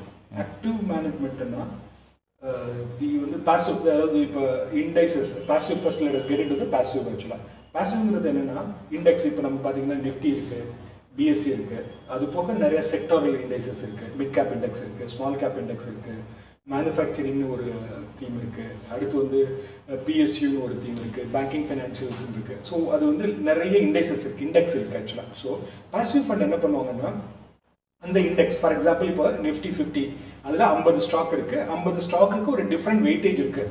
இப்போ ஹையஸ்ட் வெயிட்டேஜ் பார்த்தீங்கன்னா ஹெச்டிஎஃப்சி பேங்க்கு, ரிலையன்ஸ், இன்ஃபோசிஸ், ஐடிசி, இது மாதிரி உள்ளதுக்கெல்லாம் வெயிட்டேஜ் ஜாஸ்தி உண்டு ஆக்சுவலாக. அதே வெயிட்டேஜில் அப்படியே அவங்க இன்வெஸ்ட் பண்ணுவாங்க ஆக்சுவலாக. அதில் வந்து எந்த சேஞ்சஸுமே பண்ண மாட்டாங்க. இப்போ ஃபார் எக்ஸாம்பிள் நீங்கள் போய் நிஃப்டி நீங்கள் போய் வாங்க முடியாது ஃபிசிக்கலாக, சரிங்களா? இந்த நிஃப்டி 50 இடிஎஃப் நீங்கள் அந்த இடிஎஃப்ஓ இல்லை ஃபண்டோ வாங்கினீங்கன்னா அந்த இண்டெக்ஸஸில் அண்டர்லைன் என்ன வெயிட்டேஜ் இருக்கோ அந்த ரைட்ஸ் உங்களுக்கு கிடைக்கும் ஆக்சுவலாக. அதுக்கு பேர் வந்து பாசிவ் ஃபண்ட் ஆக்சுவலாக. ஸோ இப்போ வந்து பாசிவ் ஃபண்ட் வந்து நிறைய இண்டெக்ஸஸ் வந்துருக்கு, நிறைய ஏஎம்சிஸ் வந்து பாசிவ் ஃபண்டை லான்ச் பண்ணுறாங்க ஆக்சுவலாக. ஓகே, ஆக்டிவ் ஃபண்ட் என்ன பண்ணுவாங்கன்னா ஆக்டிவ் ஃபண்ட் வந்து ஃபண்ட் மேனேஜர் வந்து டெசிஷன் ஆக்சுவலாக. ஸோ அவங்க என்ன பண்ணுவாங்கன்னா இப்போ இவங்க ஒரு நிஃப்டி 50ல் 50 ஸ்டாக் இருக்குது, அவங்க அதே இண்டெக்ஸஸில் அப்படியே இன்வெஸ்ட் பண்ண மாட்டாங்க. அவங்களுக்கு எந்த செக்டர் கம்ஃபர்டபுளாக இருக்கோ ஆர் எது ஃபியூச்சர் வந்து பெட்டராக இருக்கோ அந்த ஸ்டாக்ல டிஃப்ரெண்ட் வெயிட்டேஜில் இன்வெஸ்ட் பண்ணுவாங்க. ஆக்டிவ் ஃபண்ட் மேனேஜ்மெண்ட்டை பொறுத்த வரைக்கும் large cap active and passive it is more or less same actually. So mid cap and small cap பொறுத்த வரைக்கும் active fund managers, active funds are doing better than the passive fund actually. ஒவ்வொருத்தவங்களோட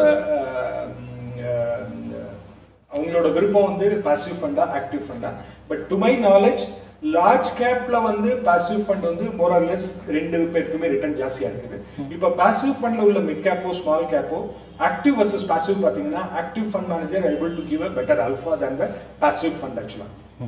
அதனால வந்து so it is always to get in to the active fund. Passive ஃபண்டில் வந்து lot of product innovation is come. இப்போ பார்த்தீங்கன்னா manufacturing இடிஎஃப்ல ஒரு IDF வந்துருக்குது, banking ஃபினான்ஷியல்ஸ்க்கு தனியாக ஒரு இடிஎஃப் இருக்குது ஆக்சுவலாக. ஓகே, அடுத்து வந்து இப்போ ரீசெண்டாக மைக்ரோ கேப்புக்குன்னு தனியாக ஒரு இண்டெக்ஸஸ் ஃபண்ட் வந்துருக்குது. ஸோ மைக்ரோ கேப்னா வந்து 250 அண்ட் எபோவுக்கு மேலே உள்ளது. ஸோ அப்படிங்கிறப்ப என்ன ஆகுன்னா அதில் வந்து என்னென்ன வெயிட்டேஜ் இண்டெக்ஸ் இருக்கோ அதை போய் நம்ம போய் டைரக்ட் ஆக்டிவ் வாங்க முடியாது. அது வந்து மார்க்கெட்டில் எக்ஸ்பெக்டடோட நல்ல ஃபண்டை கலெக்ட் பண்ணாங்க. Even the flows are coming ஆக்சுவலாக. They're able to get a better return ஆக்சுவலாக. But active passive combination should be there. But active should have more weightage than the passive. So that is what I advise or suggest. Okay sir. So இப்போது இதே fund இப்போ mutual ஃபண்ட்ஸை விட trading அளவுக்கு mutual ஃபண்ட்ஸில் risk இருக்குமா அப்படின்னு கேட்டிருக்காங்க. Trading அளவுக்கு mutual ஃபண்டில் ரிஸ்க் இருக்காது. ஏன்னா ட்ரேடிங் வந்து நீங்கள் டைரெக்டாக ஸ்டாக்ஸ் வாங்குறீங்க. ஓகே, ஸோ டைரெக்டாக ஸ்டாக்ஸ் வாங்குறதுனால அந்த ஸ்டாக்கோட மூவ்மெண்ட் ஏறுதோ இறங்குதோ, அந்த ஸ்டாக் வந்து ஃபார் எக்ஸாம்பிள் வந்து ஒரு ஸ்டாக் வந்து ஒரு ஏங்கிற ஒரு ஸ்டாக் வாங்குறீங்க, அந்த ஸ்டாக் வந்து ஒரு 2 monthஸில் இப்போ பார்த்தீங்கன்னா ரீசெண்டாக பார்த்தீங்கன்னா டிஃபென்ஸ் ஸ்டாக், ரயில்வே ஸ்டாக்ஸ் எல்லாமே it is moved off quite sharply. Last ஒரு 2-3 monthஸில் மட்டும் பார்த்தீங்கன்னா ஒரு 100-150% பக்கமாக ரிட்டர்ன் கொடுத்துருக்குது. அதே வந்து மியூச்சுவல் ஃபண்டில் அந்த அளவுக்கு ரிட்டர்ன் கொடுத்துருக்காங்க. ஓகே, ஸோ அதர் பேர் சில ஸ்டாக்ஸ் வந்து பயங்கரமாக இருந்தது, இப்போ ஒரு 3 மாதத்தில் இறங்கி இருக்குது ஆக்சுவலாக. ஆனால் மியூச்சுவல் ஃபண்டில் இருக்காது. இட் வில் கிவ் ஒரு மாடரேட்டாக. ஓகேனா it is a basket of stocks, it's a portfolio. Okay, direct வந்து ஒரு ஸ்டாக், அந்த ஸ்டாக் மூவ்மெண்ட்டை பொறுத்த வரைக்கும் தான் இருக்கும். இது வந்து ஒரு ஸ்டாக் வந்து ஒரு செக்டாரில் இருக்கலாம், இல்லை மல்டிபிள் செக்டாரில் இருக்கலாம். பட் இங்கே வந்து they'll have different the sector இருக்கும், வெயிட்டேஜ் டிஃப்ரெண்ட்டாக இருக்கும். அதனால வந்து டைரக்ட் ஸ்டாக்ஸில் உள்ள ஸ்டாக் மூவ்மெண்ட் வந்து மியூச்சுவல் ஃபண்டில் அந்த அளவுக்கு இருக்காது. That there only the professional fund managers plays a role. Okay, so உலக் சார், உங்களுக்கு ஒரு கேள்வி என்னன்னா, what is the minimum amount one can invest in mutual funds? இதில் இன்வெஸ்ட்மெண்ட்டுக்கு வந்துட்டு மினிமம் அப்படின்றது பார்த்தீங்கன்னா எதுவுமே இல்லை, கிரைட்டீரியா எதுவுமே இல்லை. ஓகே, ஸோ இப்போ ஈவன் நீங்கள் வந்துட்டு ஒரு எஸ்ஐபின்னு எடுத்துட்டீங்கன்னா, ஈவன் நீங்கள் இப்போ 100 rupees கூட நீங்கள் எஸ்ஐபி ஸ்டார்ட் பண்ணலாம். 500 பண்ணலாம், 1000 rupees பண்ணலாம். அதனால் இன்வெஸ்டரை பொறுத்த வரைக்கும் மினிமம் அப்படின்றதெல்லாம் எதுவுமே இல்லை. நிறைய பேர் என்ன நினச்சிட்டு இருக்காங்கன்னா, நான் இன்வெஸ்ட்மெண்ட் பண்ணணும் அப்படின்னாலே ஸ்டாக் மார்க்கெட் வரணும், இல்லை மியூச்சுவல் ஃபண்டு வரணும்னா நான் வந்து லேக்ஸில் வந்து நான் பணம் வச்சுருக்கணும், அப்படி இருந்தால் தான் இன்வெஸ்ட்மெண்ட் பண்ண முடியும், அப்படி இருந்தால் தான் அக்கௌண்ட் ஓப்பன் பண்ண முடியும் அப்படின்னு. அப்படிலாம் எதுவுமே கிடையாது. இப்போ நீங்கள் பார்த்தீங்கன்னா இப்போது ஆல்மோஸ்ட் எல்லா ப்ராப்பர்ட்டியும் வந்துட்டு அக்கௌண்ட் ஓப்பனிங் எல்லாமே ஃப்ரீ அப்படின்ற மாதிரி தான் இருக்குது. ஏஎன்சி ஃப்ரீ, நிறையா ஸ்கீம்ஸ் எல்லாமே இருக்குது. இன்ஃபேக்ட் மியூச்சுவல் ஃபண்ட்லேயுமே வந்துட்டு அக்கௌண்ட் ஓப்பனிங் சார்ஜஸ் அப்படின்ற மாதிரிலாம் எதுவுமே சார்ஜ் பண்ணுறது இல்லை.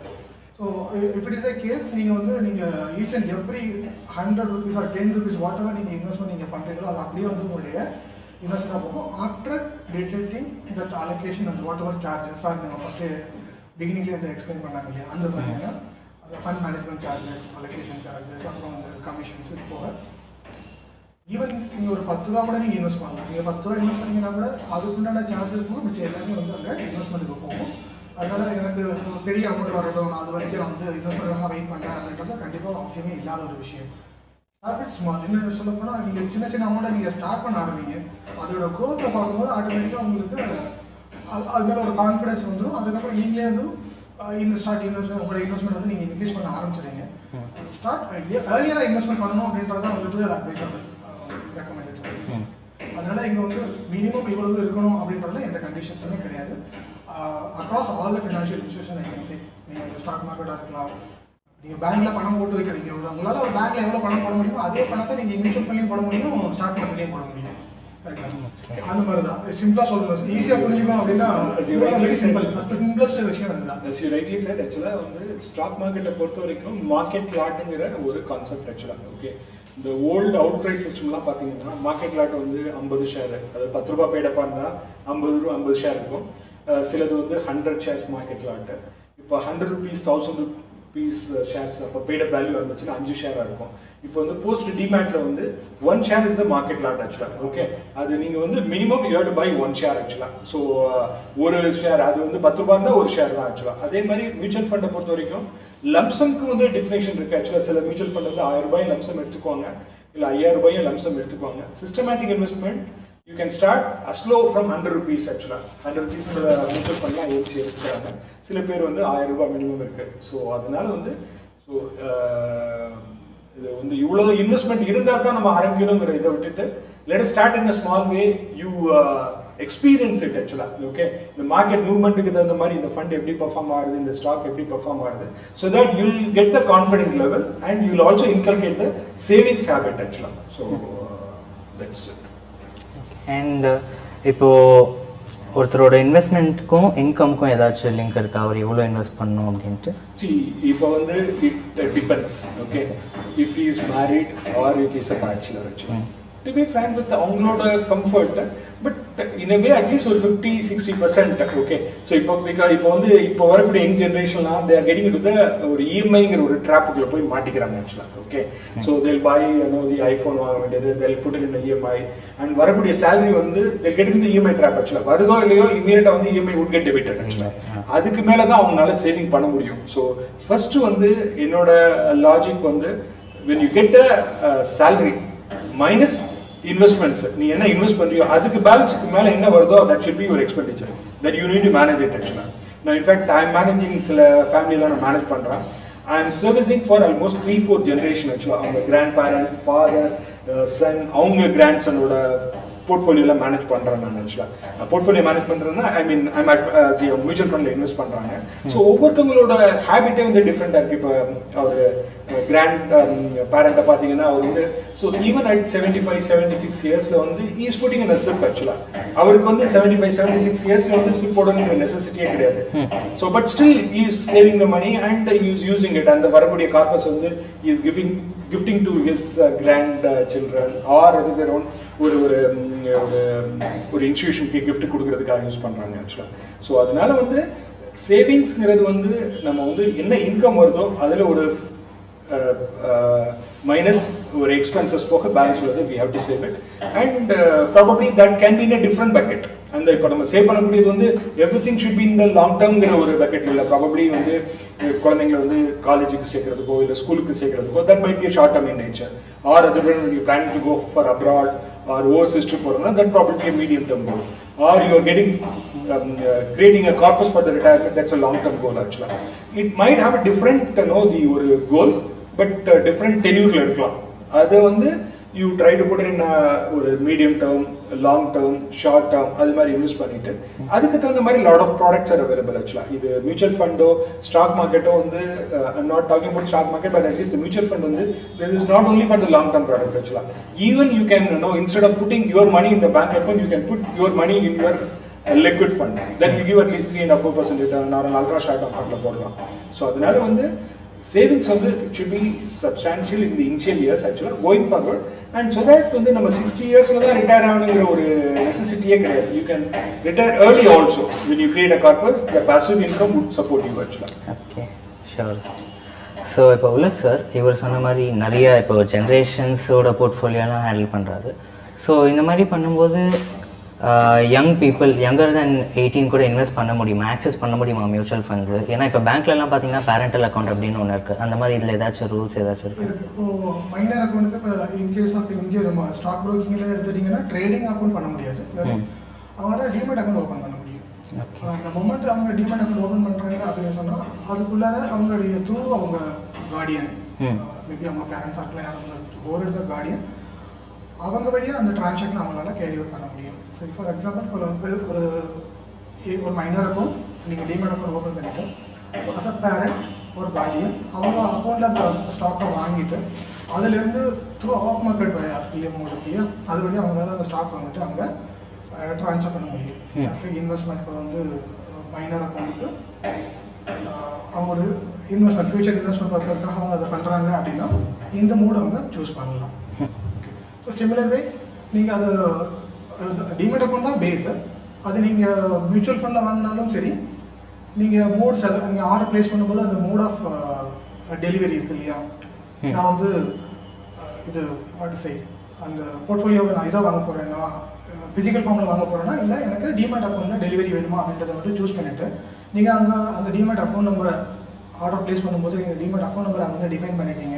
நீங்கள் அக்கௌண்ட் ஓப்பன் பண்ணும்போது நான் வந்து எனக்கு எய்தர் ஃபிசிக்கலாவோ இல்லை நான் டிமெட்டாவோ எனக்கு வந்து டெலிவரி பண்ணலான்ற ரெண்டுமே நீங்கள் செலக்ட் பண்ணியிருந்தீங்க அப்படின்னா at the time of order placement நீங்கள் அதை சூஸ் பண்ணிக்கலாம். எனக்கு வந்து இந்த மியூச்சுவல் ஃபண்ட் வந்து எனக்கு எப்படி டெலிவர் ஆகணும் அப்படின்றத நீங்கள் பண்ணலாம். இன்கேஸ் ஆஸ் அ கார்டியன் நான் வந்துட்டு டிமெட் அக்கௌண்ட்டில் எனக்கு இந்த மியூச்சுவல் ஃபண்ட்ஸ் யூனிட்ஸ் வந்து டெலிவர் ஆகணும்னு நான் சொல்லியிருக்கேன் அப்படின்னா எனக்கு டெலிவர் ஆகும். சப்சிக்வெண்ட்டாக நான் வந்து அந்த அக்கௌண்ட்டுக்கு என்னால் ட்ரான்ஸ்ஃபர் பண்ண முடியும். So minus also can participate in that. அப்படின்னா அவங்களால ஈவன் பேன் இருக்க யாராலையும் வந்துட்டு டிமெட் அக்கௌண்ட் ஓப்பன் பண்ணலாம். அஸ் சிம்பிளஸ்ட் நான் ஈஸியாக புரிஞ்சுக்கணும் அப்படின்னு சொன்னால் யாருக்கெல்லாம் நீங்கள் பேன் அப்ளை பண்ணி பேன் வாங்க முடியுமோ அவங்களுக்கு எல்லாமே நீங்கள் டிமெட் அக்கௌண்ட் ஓப்பன் பண்ண முடியும். In addition to that, actually, the minor பொறுத்த வரைக்கும் minor can open a demat account, okay, PAN number and account கொடுத்துட்டு open பண்ணலாம். And most of the stockbrokers வந்து, in fact I personally done that process actually. I always apply the IPO வரப்ப வந்து I'll apply it in the minor name actually, okay. Minor nameல apply பண்ணிட்டு அந்த stock I'll keep it actually. Either way do that actually. Probably சில brokers வந்து they'll allow the minor IPO stocks can be sold actually, okay. இல்ல சில brokers வந்து no, it has to be routed through the guardian na minor can transfer the stocks from the demat account to the guardian account sell பண்ணிட்டு அதுல வரக்கூடிய capital gain would be accounted in the guardian account actually. This is as far as stock market is concerned. Sila no, in fact I personally what I've done it, always accumulate the stocks in the minor name, and when they attain the major you convert that demat account from minor to major, then start liquidating the stocks actually. ஒரு attend பண்ணும்போது அவங்க அந்த KYC திரும்ப ஒரு தடவை KYC பண்ணணும். Okay, ஒரு possibility. As far as mutual fund is concerned, mutual fund they made it very clear, the minor name la ulla or they have to open a bank account along with the guardian. Yaar minor name la irukano, guardian should operate the account actually. Guardian oda KYC they will make use of it, and they can do the SIP amount systematic invest pannalam, or they can invest in lump sum also. When in case when they would like to redeem it, they can also redeem it, but all will be accounted in the guardian oda PAN number actually. Okay. So guardian oda in the ivangaloda capital gain short term or long term that will get accounted in the guardian name la account aayida actually. So the minor can also invest, but only one difference that the minor income can be clubbed with will be clubbed with the guardian PAN. Okay. So இப்போ இன்னொருத்தர் கேட்டிருக்காரு, can I invest in tax saving fund? Is it good for investing or is it a profitable scheme? See, in fact tax saving fund வந்து normally வந்து ELSS equity linked saving scheme சொல்லுவாங்க, okay. இந்த equity linked saving schemes-ல வந்து section 80C பிரகாரம் ஒரு இண்டிவிஜுவலுக்கு 1,50,000 ரூபாய் வரைக்கும் அவங்க இன்வெஸ்ட் பண்ணலாம். அந்த 1,50,000 rupees-குள்ள வந்து அவங்க ELSS-ல இன்வெஸ்ட் பண்ணலாம், PPF-ல இன்வெஸ்ட் பண்ணலாம், or 5-year bank deposit-ல இன்வெஸ்ட் பண்ணலாம். But even Sukanya Samprati suppose வந்து கேர்ள் சைல்டு இருந்து அவங்க வந்து சுகன்யா சம்பிரதியில் இன்வெஸ்ட் பண்ணியிருந்தா கூட they can do that, or அது பேர் குழந்தைங்களோட எஜுகேஷன் எக்ஸ்பென்சஸ் கொடுத்து இந்த பில்லை கூட கொடுத்து கிளைம் பண்ணிக்கலாம் ஆக்சுவலாக. But out of the entire lot வந்து ELS is the shortest investment product. ஏன்னா வந்து இது வந்து 3 year லாக்இன் தான் ஆக்சுவலாக, ஓகே. ELSSல வந்து 3 year லாக்இன் ப்ராடக்ட். அவங்கள பொறுத்த வரைக்கும் இப்போ ஃபண்ட் மேனேஜர் வந்து ஃபண்டை கலெக்ட் பண்ணுறவங்க வந்து அவங்க என்ன பண்ணுவாங்கன்னா they are certain actually இப்போ வரக்கூடிய ஃபண்ட் வந்து will be redeemed only after 3 years அப்படிங்கிறப்போ வந்து they will be able to take a long term கால் எடுக்க முடியும் ஆக்சுவலாக, ஓகே. இதுல இது வரைக்கும் 3 வருஷம் வரைக்கும் அவுட் ஃப்ளோ இருக்காது அப்படின்னா they will always try to go for a high conviction stocks-ல பண்ணுவாங்க ஆக்சுவலாக, ஓகே. பட் ஒன்னே ஒன்று வந்து there is no clause saying that நீங்க வந்து ELSS-க்கு மட்டும்தான் ELSS ப்ராடக்ட் யூஸ் பண்ணணுங்கிறது கிடையாது, யார் வேணாலும் இன்வெஸ்ட் பண்ணலாம். ஒரே ஒரு டிஸ்அட்வான்டேஜ் சொல்லி நீங்க இன்வெஸ்ட் பண்ணீங்கன்னா செக்ஷன் 80C 1.5 லட்சம் ரூபாய்க்கு மேல இன்வெஸ்ட் பண்ணீங்கன்னா அந்த ஃபண்ட் வந்து can be redeem only after 3 years. ஆனா மித்த ஃபண்ட் ஆன்கோயிங் ஃபண்ட்ல நீங்க வந்து ஓப்பன் எண்டட் ஃபண்ட்ல பண்ணீங்கன்னா 1 year கழிச்சோ இல்ல நீங்க சில ஃபண்ட் 1 monthல கூட நீங்க எக்ஸிட் லோட் இல்லாம நீங்க ரெடீம் பண்ணலாம். பட் இங்க வந்து நீங்க ரெடீமே பண்ண முடியாது. ஸோ அதனால வந்து whatever be the ELSS limit அதுக்குள்ளது மட்டும் யூஸ் பண்ணிக்கலாம். பேலன்ஸ் உள்ளது வந்து it will get blocked for 3 years. அதனால வந்து there are a lot of good the ongoing open ended funds are that you can pack it over there. Okay, so இப்போ இந்த மாதிரி tax savings ஃபண்ட்ல invest பண்றாங்க. இப்போ நீங்க இதுக்கு முன்னாடி இந்த கார்டியன் மைனர்லாம் இன்வெஸ்ட் பண்றாங்களா, அதுக்கெல்லாம் டாக்ஸ் இம்பாக்ட் ஏதாச்சும் இருக்கா? கார்டியன் இப்போ மைனர் நேம்ல வந்து minor is not an income tax assessee actually, okay. அவங்கள பொறுத்த வரைக்கும் எந்த இன்கம் ஒரு 100 rupees bank SP account interest வந்தா கூட that will not be accounted in their name actually. So because they are minor, they are not a legally represented person கிடையாது actually. So it will be accounted only in the guardian name actually, okay.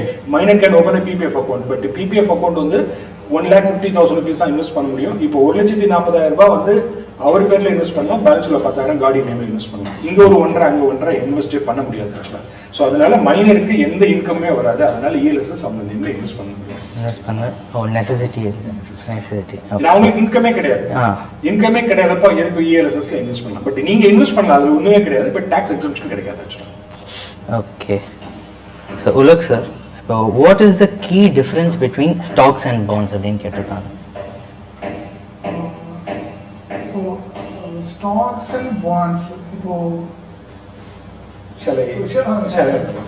இப்போ stock அப்படின்னா அதாவது வந்து இப்போ நீங்க வந்து ஒரு equity market. Okay, equity before that I will explain about the equity market. ஆக்சுவலாக ஈக்விட்டி மார்க்கெட்டுங்கிறது எப்படின்னா ஒரு பிளேஸ் ஆக்சுவலாக அந்த பிளேஸில் வந்து சில ஒரு என்டர்பிரனர்ட்ட வந்து ஐடியாஸ் இருக்கு. எனக்கு வந்து நான் இதை வச்சு பிஸ்னஸ் பண்ணிடுவேன், ஆனால் என்கிட்ட பைசா இல்லை, என்கிட்ட ஃபண்ட் இல்லை. இந்த ஃபண்டை வந்து ஒன்று வந்து பேங்க்ல போய் லோன் வாங்கலாம். ஓகே, பேங்க்ல போய் லோன் வாங்கலாம். இல்லைன்னா நிறைய பேர் வந்து சேவிங்ஸ் வச்சிருக்காங்க, ஆனால் அவங்களுக்கு ஐடியா கிடையாது. அவங்க என்ன பண்ணலாம்னா, ஸோ அவங்க வந்து யார்கிட்ட ஐடியா இருக்கோ அவங்களுக்கு பணத்தை கொடுத்துட்டு எனக்காக நீ மேனேஜ் பண்ணி கொடு, இல்லை வரக்கூடிய ப்ராஃபிட் வந்து எனக்கு டிவிடெண்டாக கொடு அப்படின்னு சொல்லி மீட் பண்ணுறது. அதாவது வந்து ஒரு என்டர்பிரனர் இருக்காரு, அவர்கிட்ட வந்து ஒரு ஐடியா இருக்கு, ஆனால் அதுக்கு தேவையான ரிக்வயர்ட் கேபிட்டல் கிடையாது. ஸோ அந்த கேபிட்டலை வந்து அவர் என்ன பண்றாரு, இந்த லைக் மைண்டட் பீப்புள் யார் யாரு இது மாதிரி உள்ளதுல இன்வெஸ்ட் பண்றாங்களோ ஒரு market place actually equity market it meeting யாரு சேவிங்ஸ் வச்சிருக்காங்களோ யாரு இன்வெஸ்ட்மெண்ட் ஐடியா வச்சிருக்காங்களோ இது ரெண்டையுமே மீட் பண்ணக்கூடியவங்க தான் அந்த ஒரு ஈக்விட்டி ஒரு மார்க்கெட். ஆக்சுவலா அது வந்து ஈக்விட்டி மார்க்கெட்டாகவும் இருக்கலாம் இல்லை பாண்டாகவும் இருக்கலாம். அந்த ஒரு அந்த கம்பெனி பாரோ பண்றவங்க வந்து நீ என்கிட்ட இன்வெஸ்ட் பண்ணு, நான் வந்து ஐ கிவ் இன்ட்ரெஸ்ட் ஆக்சுவலா. ஸோ ஒரு 8% 9% நான் இன்ட்ரெஸ்ட் கொடுக்குறேன். இல்லை நான் வந்து என்ன கம்பெனில இருந்து ப்ராஃபிட் பண்றனோ அதுல வந்து உனக்கு ஷேர் கொடுக்குறேன், ஆனா நான் டிவிடெண்ட் இன்ட்ரெஸ்ட் நான் கொடுக்க மாட்டேன் ஆக்சுவலா. ஆனா லாஸ் ஆச்சுன்னா I will not return your capital. ஆனா பாண்ட் வாங்குறப்ப வந்து நான் return your capital, I will also pay interest on a regular basis, குவார்டர்லியோ மந்த்லியோ ஆனுவலியோ என்ன டிக்ளேர் டேர்ம்ல கொடுக்கறது தான் பாண்ட் ஆக்சுவலா. ஸோ ஸ்டாக் அண்ட் பாண்ட்ஸ் ஆக்சுவலா. பாண்ட் வந்து நம்ம கடன் கொடுக்கறது, கடனீட்டு பத்திரங்கள் டிபென்ச்சர்ஸ்னு சொல்லுவாங்க, சரிங்களா. பாண்ட்ஸ் ஓகே, அது வந்து கவர்மெண்ட் பாண்ட், கவர்மெண்ட்டுக்கு பணம் தேவைப்பட என்ன பண்றாங்கன்னா கவர்மெண்ட் பாண்ட் இஷ்யூ பண்றாங்க. அது பப்ளிக் இன்ஸ்டிடியூஷன் வாங்குறாங்க, இண்டிவிஜுவல் இன்வெஸ்டர்ஸ் வாங்குறாங்க ஆக்சுவலா. ஓகே, அதே வந்து கம்பெனிக்கு தேவைப்படுறப்ப கடன் தேவைப்படுறப்ப ஒன்று அவங்க ஈக்விட்டி ஷேரை இன்வெஸ்ட் பண்ணலாம், ஈக்விட்டி ஷேரை இஷ்யூ பண்ணி அவங்க பணத்தை கலெக்ட் பண்ணி அந்த ப்ராஜெக்ட்ல இன்வெஸ்ட் பண்ணலாம். இல்ல எனக்கு இப்போ ஒரு 100 crores, இப்போ ஃபார் எக்ஸாம்பிள் ஒரு கம்பெனிக்கு ஒரு 100 crores ஃபண்ட் தேவைப்படுது. அந்த 100 crores வந்து 50 கோடி ரூபாய் வந்து ஈக்விட்டி கேபிட்டலா அவங்கள்ட்ட வந்து த்ரூ ஐபிஓ வந்து 50 கோடி ரூபாய் கலெக்ட் பண்ணிட்டு பேலன்ஸ் உள்ள 50 கோடி வந்து பேங்க்லயோ இல்ல திருப்பி அகைன் ரீட்டைல் இன்வெஸ்டர்ஸ்ல வந்து பாண்டா வாங்கலாம். ஓகே, இந்த 50 கோடி ரூபாய் கொடுக்கக்கூடிய அந்த பாண்ட் ஹோல்டர்ஸ்க்கோ பேங்க்குக்கோ இவங்க வந்து கம்பெனிக்காரங்க வந்து every year they have to declare, they have to pay interest. அந்த கம்பெனி ஏர்ன் ஆகுதோ ஏர்ன் ஆகலையோ அதை பத்தி எல்லாம் கவலை கிடையாது. ஃபர்ஸ்ட் வரக்கூடிய ஏர்னிங்ஸ்ல வந்து they have to pay the interest to the bond holders or to the bank actually.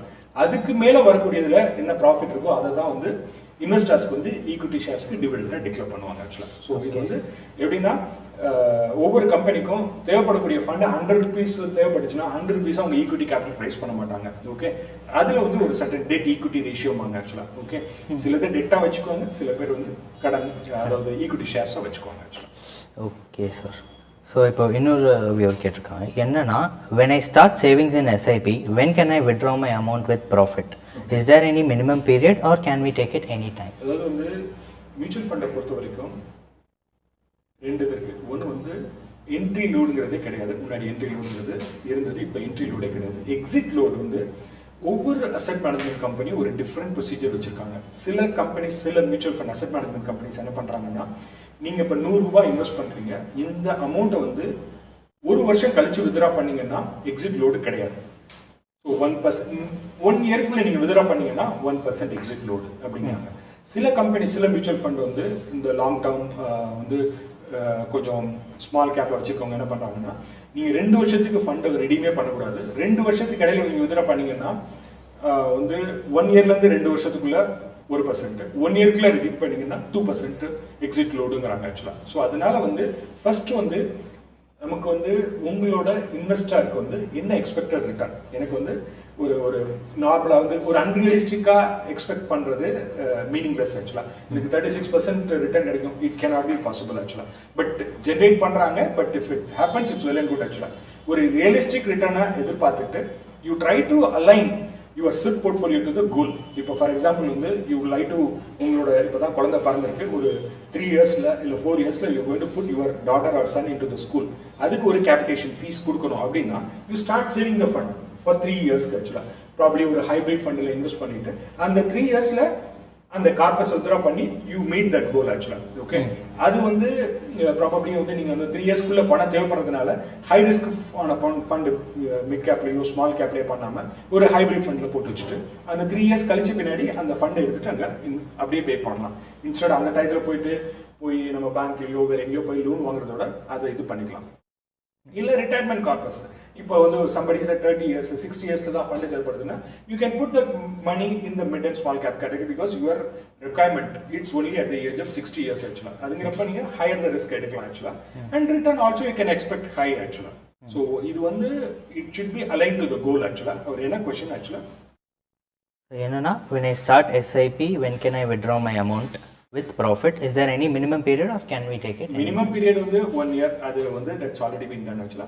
And வந்து நீங்க எப்போ உங்களுக்கு வந்து இப்போ ஃபார் எக்ஸாம்பிள் வந்து each and every investment should be aligned to the goal. அந்த கோல் வந்து ஒரு ஷார்ட் டர்மா இருக்கலாம் லாங் டர்மா இருக்கலாம். ஓகே, அந்த நியரிங் டு த கோல். இப்போ ஃபார் எக்ஸாம்பிள் வந்து ஒரு 3 இயர்ஸ்ல ஒரு ஃபண்ட் தேவைப்படுது. ஓகே, அப்படிங்கிறப்போ ஒரு 2 இயர்ஸ் 9 மந்த்ஸ்லேயே அந்த ஃபண்டை ரிடீம் பண்ணிட்டு நீங்க யூ கீப் இட். ஏன்னா அந்த லாஸ்ட் மினிட் வரைக்கும் அந்த ஃபண்டை வச்சிருந்தீங்கன்னா ஈக்விட்டி மார்க்கெட் உங்களுக்கு பணம் தேவைப்படுறப்ப இறங்கிருச்சுன்னா that you will be get in to loss or minimal return கிடைக்கும். இல்லைன்னா சம்டைம்ஸ் அந்த கோலை மீட் பண்ண முடியாம போயிடும் ஆக்சுவலாக. So nearing to the goal try to get in to the safer asset class. ஒரு ஷார்ட் டேர்ம் ஃபண்ட் லிக்விட் ஃபண்ட்லையோ அல்ட்ரா ஷார்ட் டேர்ம்லையோ or withdraw the money keep the money in your bank account actually. சரிங்களா? Okay, so இங்கே ஒருத்தர் ஒரு கேள்வி கேட்டிருக்காரு, என்னன்னா who prefers non convertible debentures அப்படின்ட்டு. அதாவது வந்து நான் கன்வெர்ட்டபிள் டிபென்ச்சர்ஸ்க்கு அதாவது வந்து இப்போ வந்து பப்ளிக் டெபாசிட் ஆக்சுவலாக டெபாசிட்னு எடுத்துக்கோங்களேன். ஃபர்ஸ்ட் வந்து ஒருத்தவங்க வந்து எனக்கு வந்து ஈக்விட்டி மார்க்கெட் எனக்கு தேவையில்லை, எனக்கு வந்து ஒரு ரிட்டையர்ட் பர்சன் ஆக்சுவலாக அவர் வந்து ஒரு 50 lakhs வச்சிருக்காரு. அவர் வந்து தெர் ஆர் 3 ஃபார்ம்ஸ் ஆக்சுவலாக. ஒன்று வந்து என்ன பண்ணலாம்னா I go and deposit the money in the public sector bank. Okay, அது சேஃப். எனக்கு வந்து பப்ளிக் செக்டர் பேங்க் வந்து எந்த பிரச்சனையும் வராது. I go and invest it. Probably you might get a lesser return than the private sector bank. Or you can go to the private sector bank.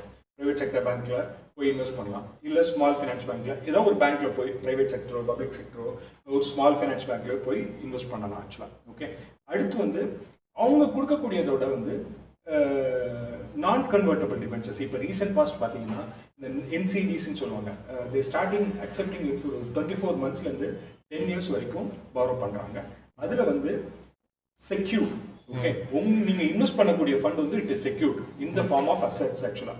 So company என்ன பண்ணுறாங்க, இப்போ ஒரு company வந்து invest இப்போ பாண்ட் நான் convertible debenture rice பண்ணாங்கன்னா predominantly ஒரு short term bond ஒரு 5 இயர்ஸ் உள்ள பாண்டு வரைக்கும் என்ன பண்ணுறாங்கன்னா அந்த கம்பெனி உள்ள அசையா சொத்து ஃபிக்ஸட் அசெட்ஸ் இருக்கு பார்த்தீங்களா, அதை வந்து அந்த ட்ரஸ்டிக்கு வந்து மார்கேஜ் பண்ணி கொடுத்துருவாங்க.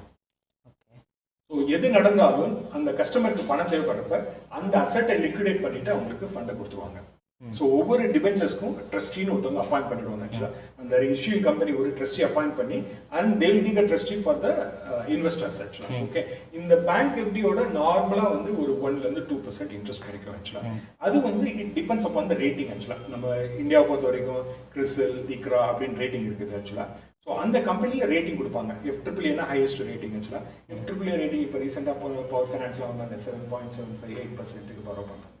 FAA rating இப்போ Pyramid has come out of an NCD actually. They are borrowing at 9%, 9.2, 9.4 borrow பண்றாங்க actually.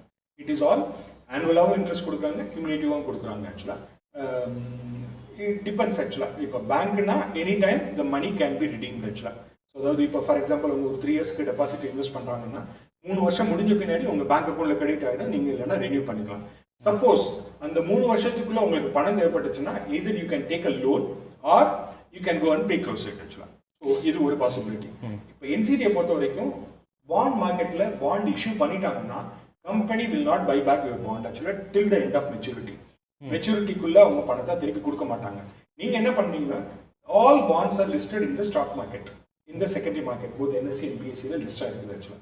In case if you like to sell the bond or if you need money, you can go to the secondary market, go and approach the broker, sell the bond and realize your money. But again the risk is the demand and supply. So the demand and supply வந்து அன்னைக்கு supply இருக்குது, demand இல்லைன்னா you might sell the bond at a lower rate. Okay. So அந்த risk இருக்குது actually. So அதனால வந்து it is always better ஒரு 1 or 2% கண்டிப்பா பெட்டர் ரேட் கிடைக்கும். Mostly it is secured in nature. எல்லா பாண்ட் இஷ்யூ பண்ணுறது 5 இயர்ஸ்க்குள்ள இஷ்யூ பண்ணக்கூடிய பாண்ட் எல்லாமே செக்யூர்டு தான். சம்டைம் 10 இயர்ஸ்க்கு இஷ்யூ பண்ணுறது மட்டும் தான் அன்செக்யூர்டாக இருக்கும். And if the money is committed, I don't need this money for another 5 years அப்படின்னா நம்ம என்ன பண்ணலாம்னா we can have a small portion in the NCDs, non convertible debentures invest பண்ணலாம்.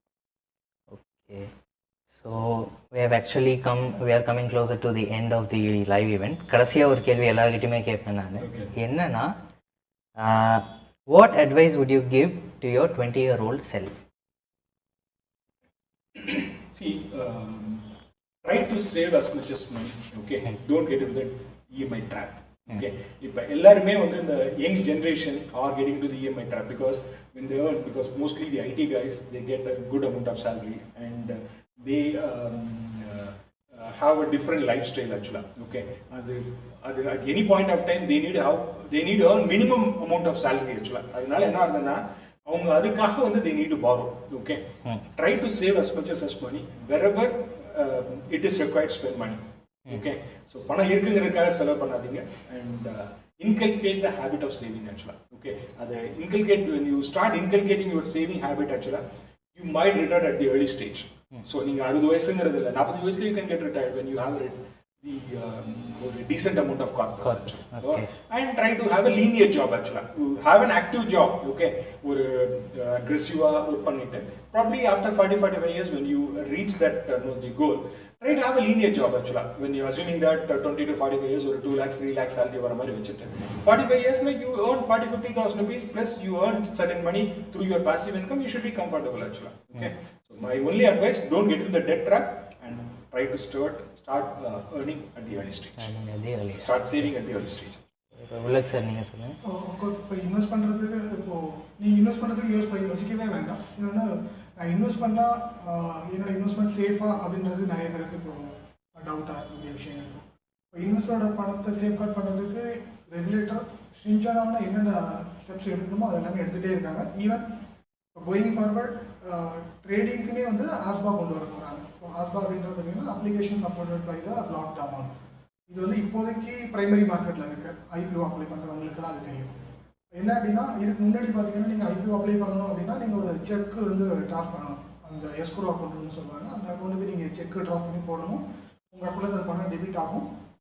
பேஸ்ட் ஆன் அலாட்மெண்ட், உங்களுக்கு அலாட்மெண்ட் ஆச்சு அப்படின்னா அவங்க அந்த அமௌண்ட் அதுக்கப்புறம் அந்த அமௌண்ட் உங்களுக்கு வராது.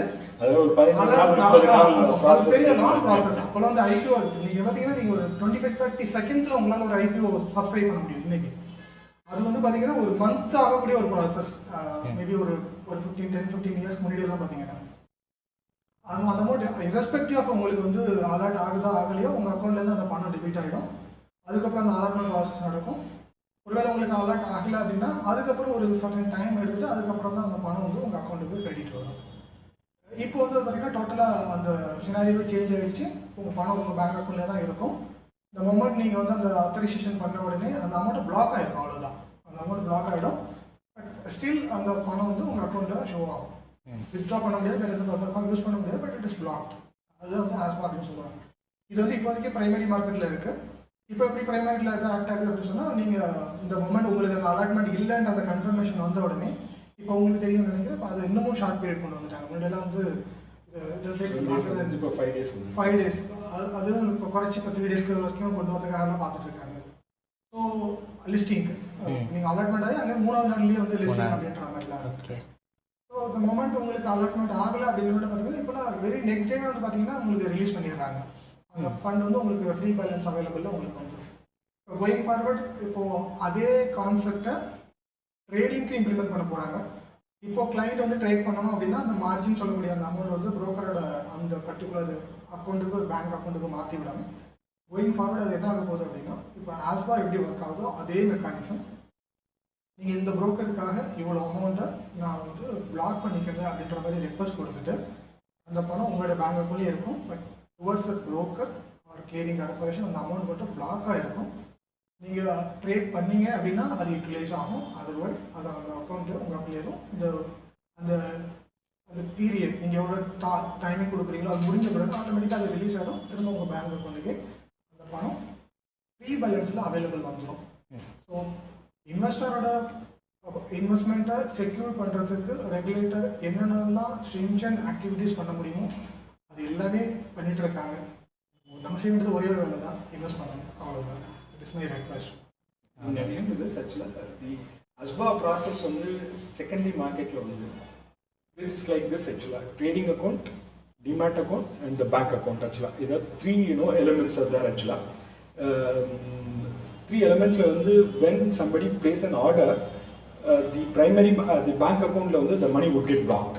Okay, so money block item order execute achina, the bank account would get debited, the money would come to the broker or to the exchange actually. Okay, so in case if the order is not getting executed, there will be a free balance available in the bank itself actually.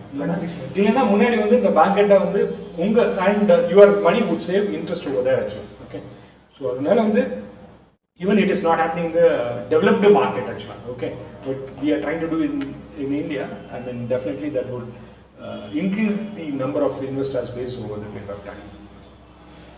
Okay, so இப்போ இன்னொருத்தர் கேட்டிருக்காரு என்னன்னா, it seems that we can buy in secondary market through the brokers at a higher cost which reduces the coupon rate considerably. I will in turn pledge as collateral for option trading அப்படிங்கிறாரு. இல்ல இது bond market பத்தி கேக்குறாரு. Just repeat the question. It seems that we can buy in secondary market through the brokers at a higher cost which reduces the coupon rate considerably. அதுக்கு பதிலா I will in turn pledge as collateral for option trading அப்படிங்கிறாரு. Option trading bond market அவங்க ஒரே விஷயம் I will take this question. இப்போ அவங்க கேக்குறது என்னன்னா, நான் வாங்கக்கூடிய அந்த bond or stock whatever it is அதை நான் மார்ஜின் பிளேஸ் பண்ணிட்டு அதை ஆப்ஷன் ட்ரேடிங்க்கு யூஸ் பண்ணலாமா அப்படின்றத if I'm not wrong. அதோட கொஸ்டின் நான் அண்டர்ஸ்டாண்ட் பண்ணிக்கிறேன். if it is a case இப்போ நீங்கள் மார்ஜின் பிளேஸ் பண்ணி அதை யூஸ் பண்ணிட்டு நீங்கள் ஃபியூச்சர் ஆப்ஷன்ஸில் ட்ரேட் பண்ணணும்னா அதுக்கு ப்ரொவிஷன்ஸ் இருக்குது. ஒரே ஒரு கண்டிஷன் என்ன அப்படின்னா, நீங்கள் வாங்கக்கூடிய வாட் எவர் இட் இஸ், அது ஈக்விட்டியாக இருக்கலாம், மியூச்சுவல் ஃபண்டாக இருக்கலாம், treasury bill, GSX or bond, இது நீங்கள் எந்த புரோக்கர்கிட்ட நீங்கள் பிளேஸ் பண்ண போகிறீங்களோ அவங்கக்கிட்ட முன்னாடி நீங்கள் வாங்க போகிற அந்த பர்டிகுலர் அசெட் இருக்கு இல்லையா, அது அப்ரூவ்டு ஸ்கிரிப்டா அப்படின்றத மட்டும் நீங்கள் செக் பண்ணிக்கோங்க.